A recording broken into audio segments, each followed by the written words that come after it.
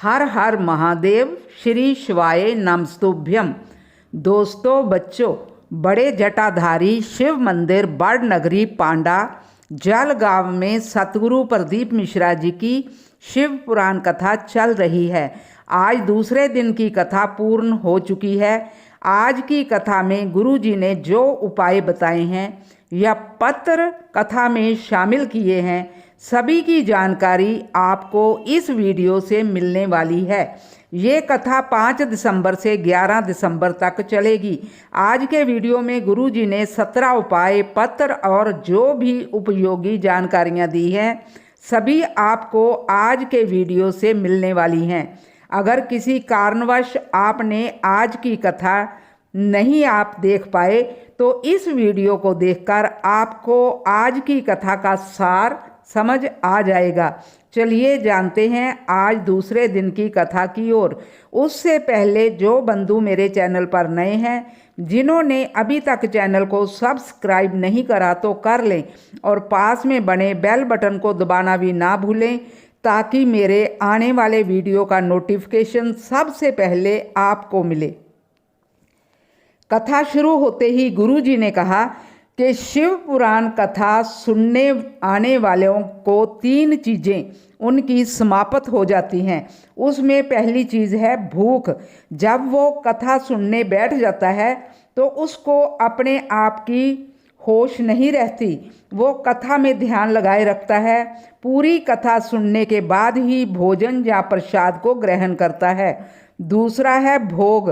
घर में कूलर पंखे में रहता है, चाय पीता है, पर शिव पुराण कथा में अपनी रुचि को छोड़कर पूरा समय भोले बाबा को देता है और खाना पीना सब छोड़ देता है। उसको किसी चीज़ का ध्यान नहीं रहता। तीसरा है भोजन। जब कोई श्रद्धा भक्ति के साथ कथा सुनने बैठ जाता है तो उसकी ये तीनों चीज़ें चली जाती हैं। उसे भूख प्यास की परवाह नहीं रहती। ऐसे इंसान को शिव की भक्ति जरूर प्राप्त होती है।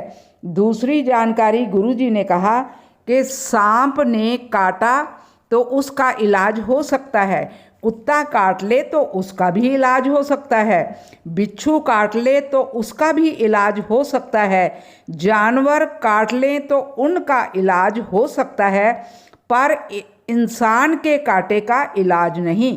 इंसान के काटने का अभिप्राय गुरुजी ने बताया कि अगर आपके अंदर किसी के प्रति नफरत भरी हुई है तो किसी को अच्छा देखकर उसको गिराने की सोच रहे हैं, तो ऐसा इंसान दूसरे के लिए बहुत जहरीला होता है।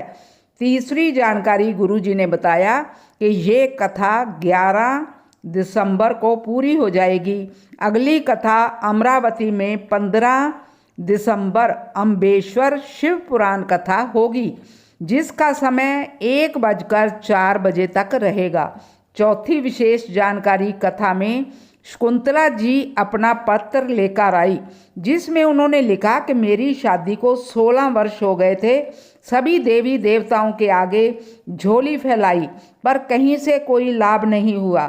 किसी ने पशुपति व्रत करने को कहा तो साथ में आंकड़े की जड़ का प्रयोग भी बताया, वह हमने किया। जहाँ सब फेल हो गए थे वहाँ तुम केश्वर भगवान और सफ़ेद आंकड़े की जड़ ने झोली भर दी।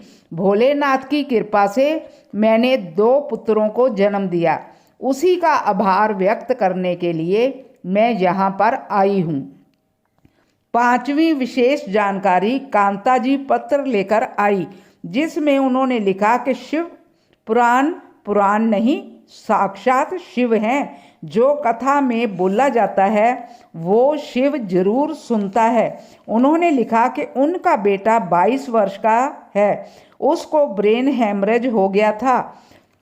डॉक्टर ने ऑपरेशन का बोल दिया और कहा कि ऑपरेशन के बाद वो कोमा में भी जा सकता है। ऑपरेशन हुआ और वो कोमा में चला गया। उसके बाद डॉक्टर ने कहा कि मेरी पत्नी सीहोर वाले गुरुजी की कथा सुनती है, इसको घर ले जाओ। डॉक्टर के कहने पर हमने अपने बेटे के कान में हेडफोन लगाकर उसको शिव पुराण की कथा सुनानी शुरू की। फिर एक दिन मेरे बेटे की उंगलियों में कंपन हुआ। हम उसको डॉक्टर के पास दिखाने ले गए। डॉक्टर भी चकित रह गया। मेरा बेटा बिल्कुल ठीक हो चुका था। उसी का आभार व्यक्त करने मैं कथा पंडाल में आई हूँ। छठवीं विशेष जानकारी के लिए गुरुजी ने कहा कि रोज इतने सारे पत्र आते हैं, हम पूरे पत्र पढ़ नहीं पाते। आप लोग बहुत भाव के साथ पत्र लिखते हो। आपको दुख होता होगा कि हमने आपका पत्र नहीं पढ़ा। इसलिए हम ये प्रयास करेंगे कि विठलेश्वर सेवा समिति एक चैनल होगा जिसमें हम तो नहीं, लेकिन हमारी जगह कोई दूसरा उन सभी पत्रों को पढ़ेगा। उस वीडियो में 15 मिनट का प्रवचन का कार्यक्रम भी रहेगा। सभी पत्र पढ़े जाएंगे। इसी के साथ उस व्यक्ति का फ़ोन नंबर भी बताया जाएगा। आप चाहें तो उस व्यक्ति से फ़ोन से भी बात कर सकोगे।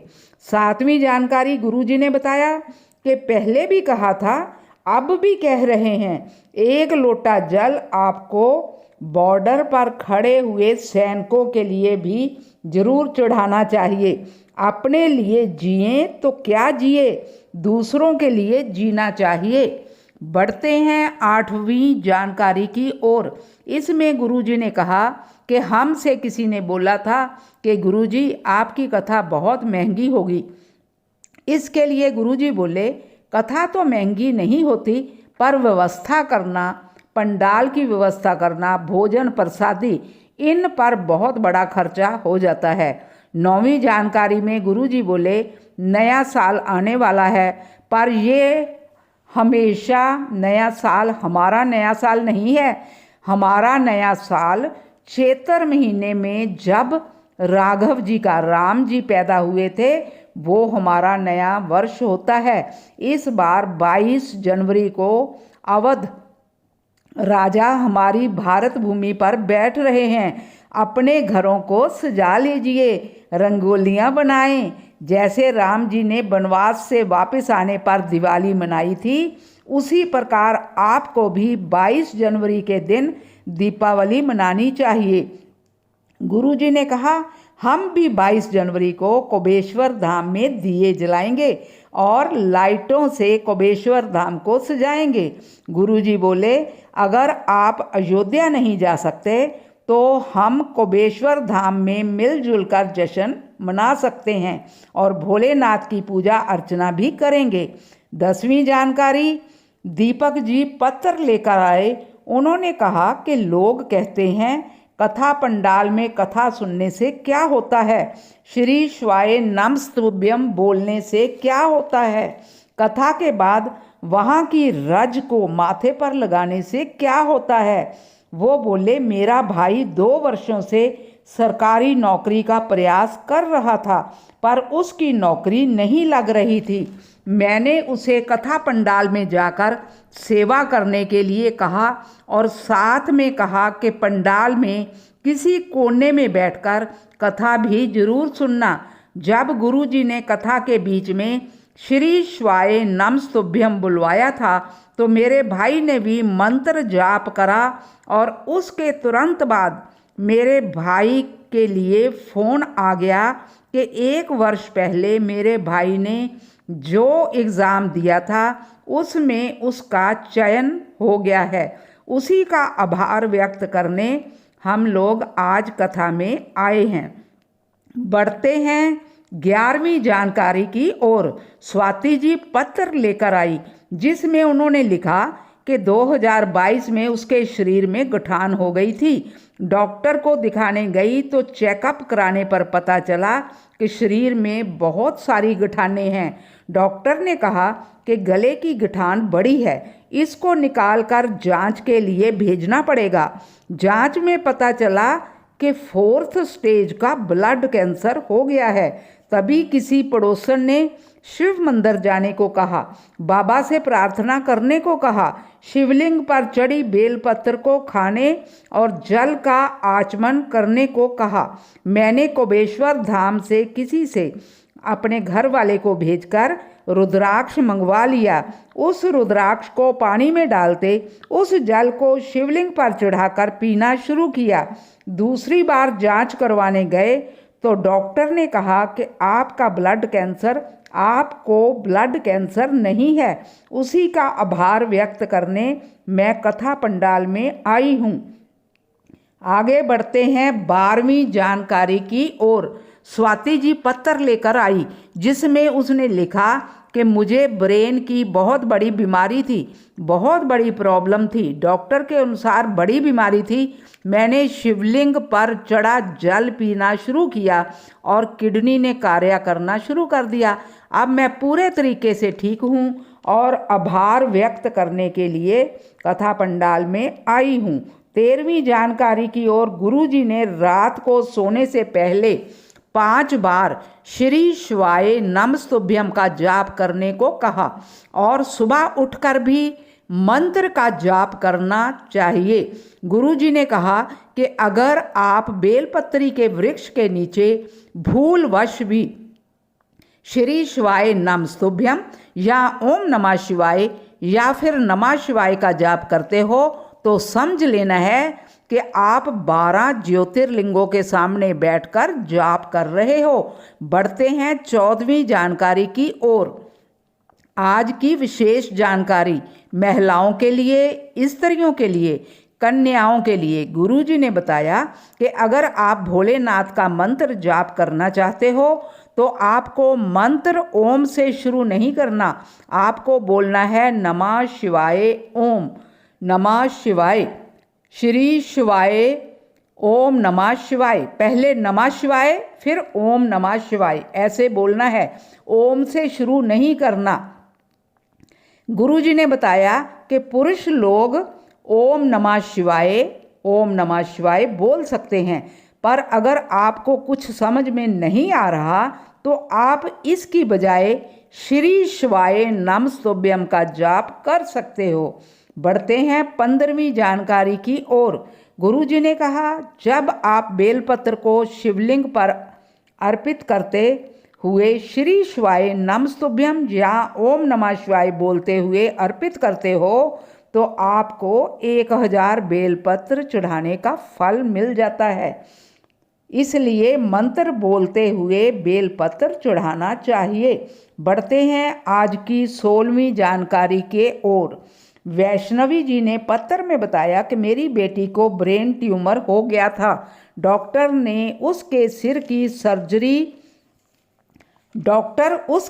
की सर्जरी भी नहीं कर पा रहे थे। हम 1.5 साल तक लगातार परेशान होते मुंबई के हॉस्पिटल में रुके। तभी मेरी ननद ने टीवी में शिव पुराण की कथा के बारे में बताया। हमने कथा सुनना शुरू किया। शिवलिंग पर जल चढ़ाना और उसको झेल कर लाना और बेटी को पिलाना शुरू किया। बेटी धीरे धीरे ठीक होने लगी और आज वो बिल्कुल ठीक हो गई है। उसी का आभार व्यक्त करने के लिए हम कथा पंडाल में आए हैं। बढ़ते हैं आज की सबसे विशेष और 17वीं जानकारी की ओर। गुरुजी ने कहा अगर सोमवार के दिन कोई शिवलिंग पर जल चढ़ा देगा तो माता लक्ष्मी उसके लोटे में बैठकर उसके घर आती है। लोटे को कभी भी खाली जाने नहीं देती। लेकिन लक्ष्मी जी और महालक्ष्मी जी में अंतर है। लक्ष्मी अगर आपके घर आती है तो वो चली भी जाती है, लेकिन अगर महालक्ष्मी आपके घर में आएगी तो वो जीवन भर आपके घर में टिकी रहेगी। आज की कथा का समापन यहीं पर।